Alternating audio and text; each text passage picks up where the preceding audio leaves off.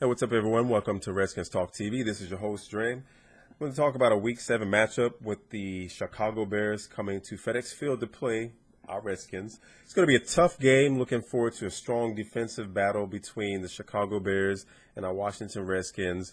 They do have a stronger defense. They're going to go for the takeaways or the turnovers. That's what they're really good at doing. And I just want to talk about some of the things as far as a pregame analysis on the keys to the victory. Starting with the special teams, needless to say, when you think of special teams of Chicago Bears, you think of Devin Hester. We're talking about a guy with the breakaway speed, been in the league for a couple of years, has a lot of records for his spectacular play on special teams. So we're going to need a lot of discipline from our special teamers.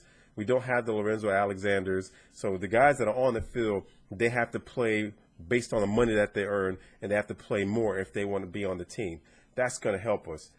If they can't secure the tackles, if they can't shut down the lanes, if they can't if they can't hit the ball carrier and wrap that up, get them for short gainage, it's going to be a long day for us. We already suffered some ugliness on special teams last week with Dwayne Harris. And as I said in my pregame video, I keep an eye on that. And we don't need another fiasco like we had last week. Now, as far as on offense, what I want to talk about is the fact that the Bears, they can be susceptible to the run. We have to play a smart game.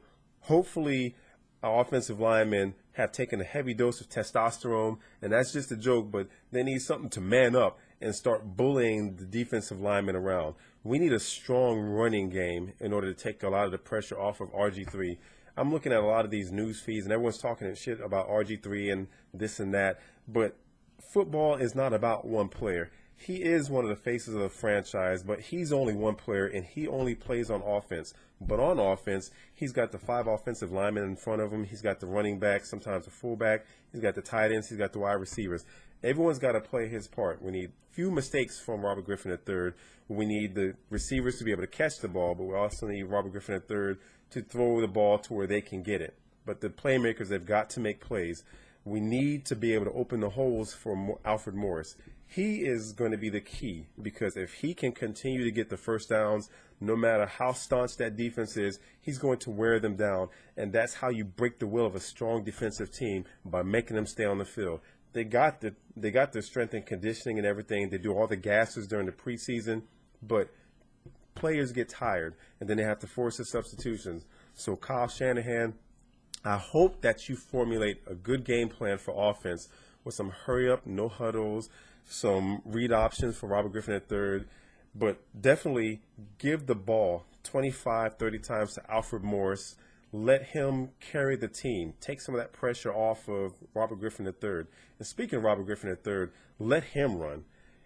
When I think about the gameplay of Russell Wilson when they played against the Seattle Seahawks, I'm talking about the Bears, but from last season, Russell Wilson, he discombobulated that defense by using his legs, because they thought that they were going to tee down on a rookie quarterback, and he humiliated that team, and he did a spectacular job doing it. So that's what we need from Robert Griffin III, but at the same time, it's all about the offensive play calling.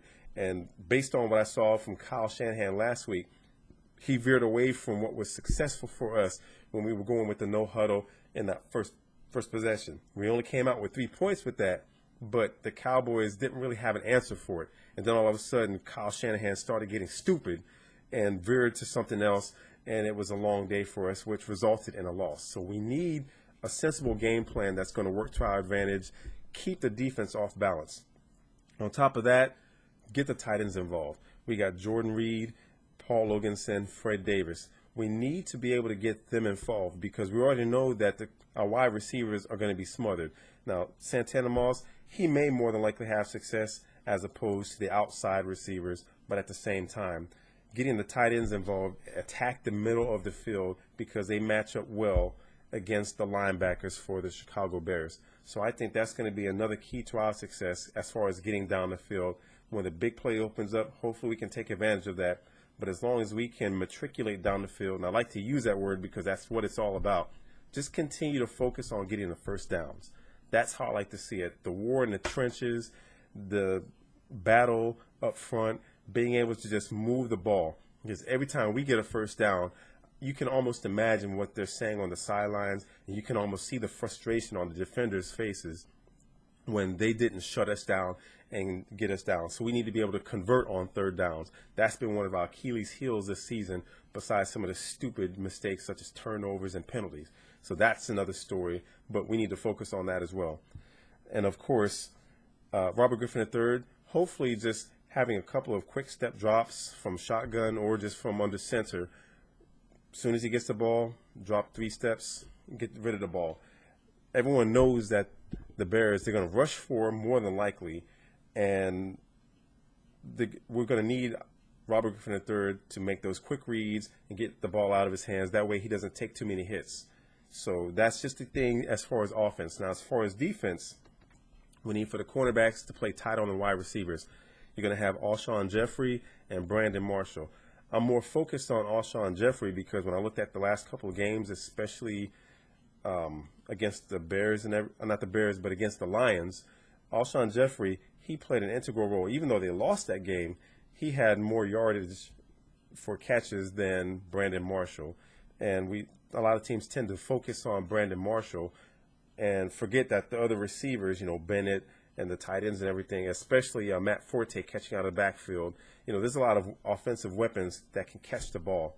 But we need to basically seal up Brandon Marshall by playing him tight. He's going to get a lot of his yardage from the quick slants. But Alshon Jeffrey, there's going to be so much emphasis on the other side of the field that he's going to make some big plays. So hopefully whoever's covering him, whether it's Emerson or Josh Wilson, whoever's covering him can shut him down. Otherwise, it's going to be a long day for our defense because you already know, just like I do, that we got problems on that side of the ball. Other than that, tackle. Wrap the tackle. Don't just throw your shoulders into them, defenders. Wrap the tackle. That way you can stop the progress. Hopefully the other defenders will team up and get the ball carrier down. And, of course, we always hope that they go for the turnovers. And knowing Jay Cutler and his arrogance, you might see a couple of turnovers in that game, but it's all about the gameplay. D'Angelo Hall, he's going to have his hands full, but he's going up against Brandon Marshall, who's not quite as explosive as Des Bryant, but he uses his physicality with his 6'3" size and he's like 220, 230. So he's going to use his size as his advantage. He's not the speedy receiver like Bryant, as I said, but he's got great hands. He's strong. He's not easy to bring down. So D'Angelo Hall is going to have to play in his pocket, make sure that he shuts him down. Also, watch for Matt Forte, as I said.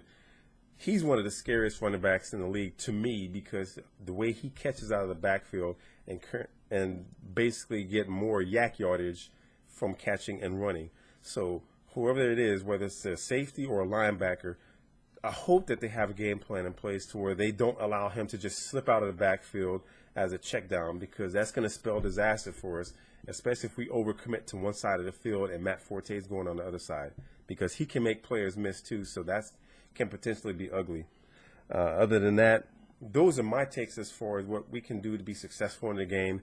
It's going to be a good game. Me personally, the center for the Chicago Bears, Roberto Garza, I work for his sister at my job.